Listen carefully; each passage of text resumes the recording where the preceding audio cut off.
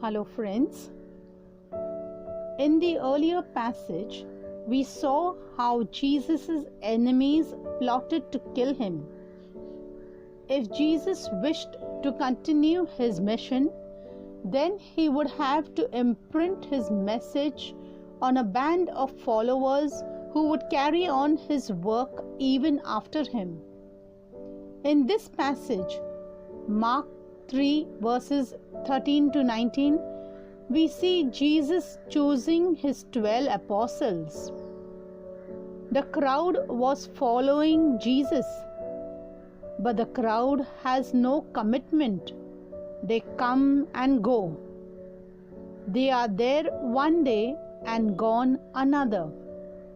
Therefore, Jesus had to choose a group of committed followers.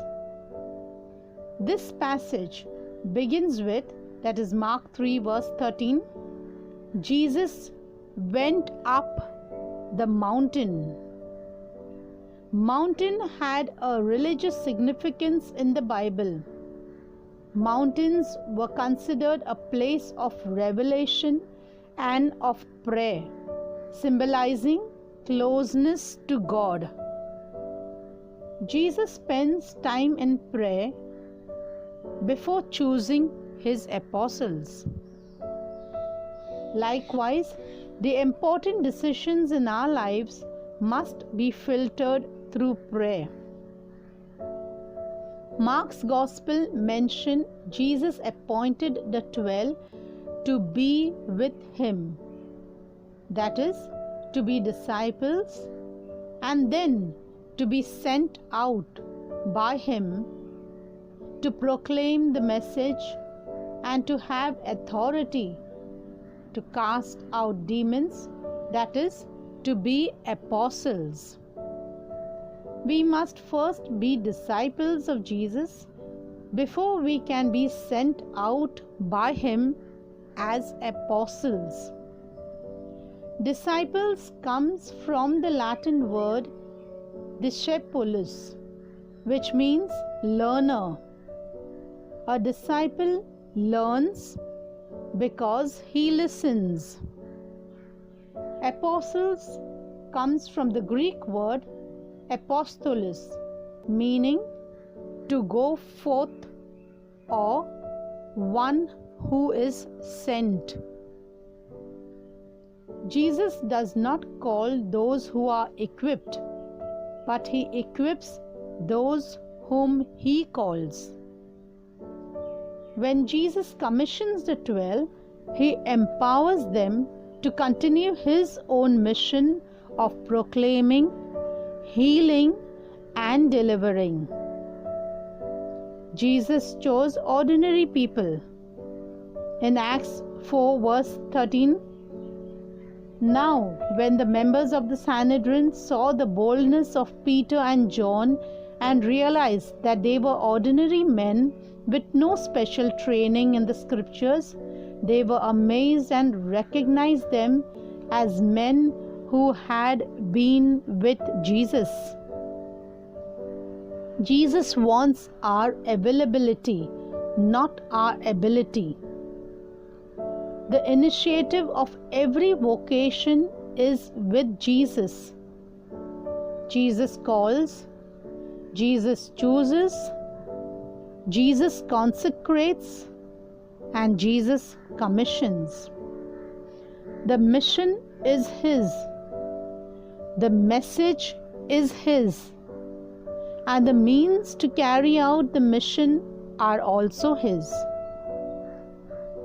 If we compare the list of the apostles as described in the synoptics, that is Matthew, Mark, and Luke, there is also a mention of the list of apostles in Acts 1:13.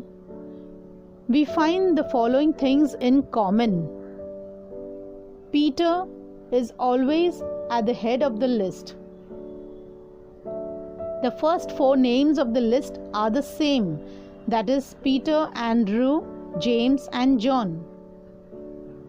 The list always ends with Judas Iscariot, and he is described as a betrayer.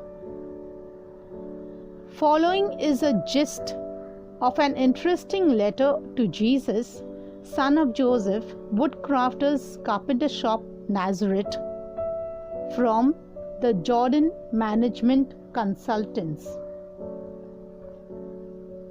Dear Sir, it is the staff opinion that most of your nominees are lacking in background education and vocational aptitude for the type of enterprise you are undertaking.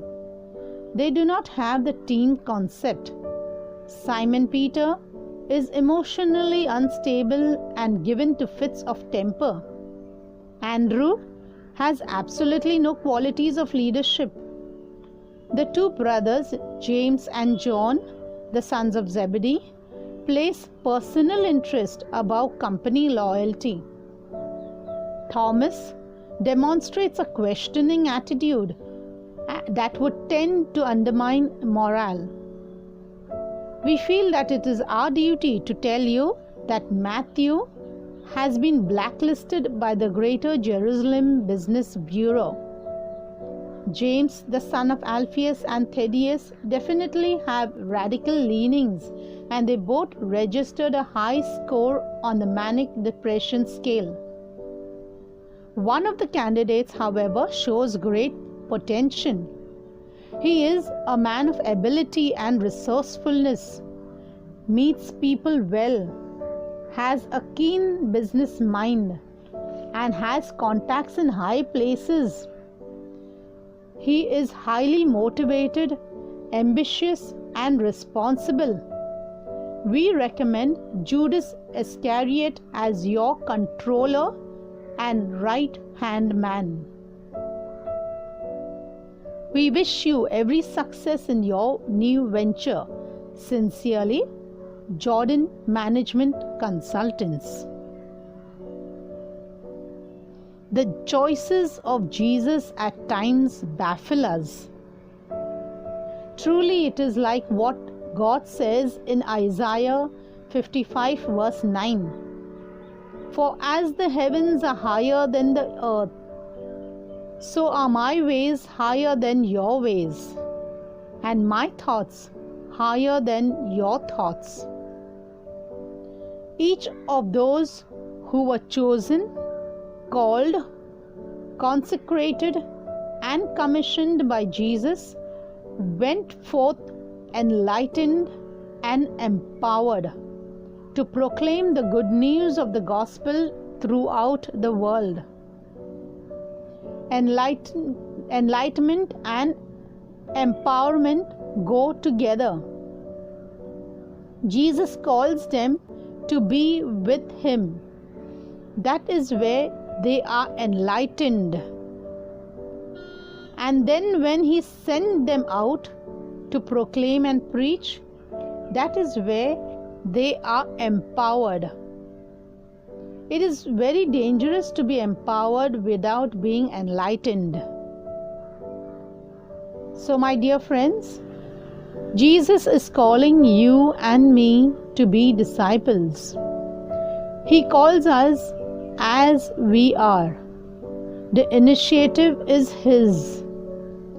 He says, "You did not choose me, but I chose you and appointed you to go and bear fruit that will endure. By this you will glorify the Father and prove yourself to be my disciples." All Jesus wants of us is to be available to Him, and like He did in the past with the apostles, of whom the world did not expect much, He will do with us too, in the measure that we surrender ourselves to Him. Amen. Thank you.